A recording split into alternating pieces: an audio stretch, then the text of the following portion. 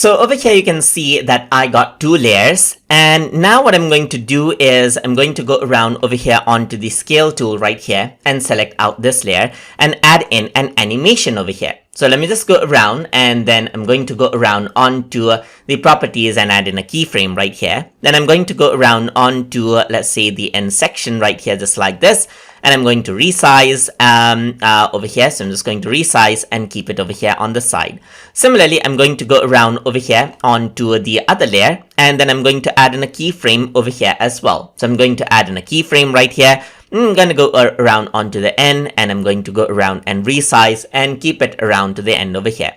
So you can see that this is the animation.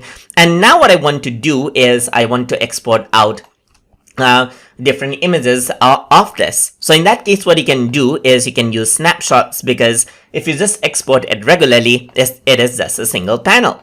So now in order to add in snapshots over here, you can go to the place where you want to add in snapshot. Then you can go around onto storyboard right here and then add in a snapshot. So here is a snapshot that's added in right here.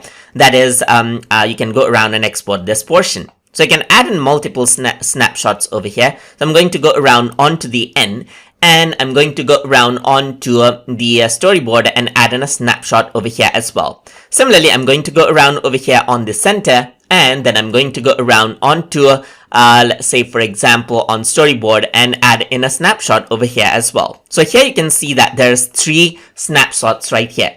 So now in order to export this out, now what you can do is you can go to File and then go to Export, and here you can see that you can go around and select Bitmap, and here you can see Export All Snapshots is an option as well. You can go around and this is the dash number right here, which is the pattern. So we're not going to worry about this, but we're just going to go around and select a size, that is a resolution for our snapshots. Then I'm going to go around onto the destination path on my desktop right here, and then I'm going to click on export right here. And the export is completed. So over here in this desktop, you can see that I got the 3 snapshots right here. You can see that this is the first part of the animation, the second part, and the third part right here.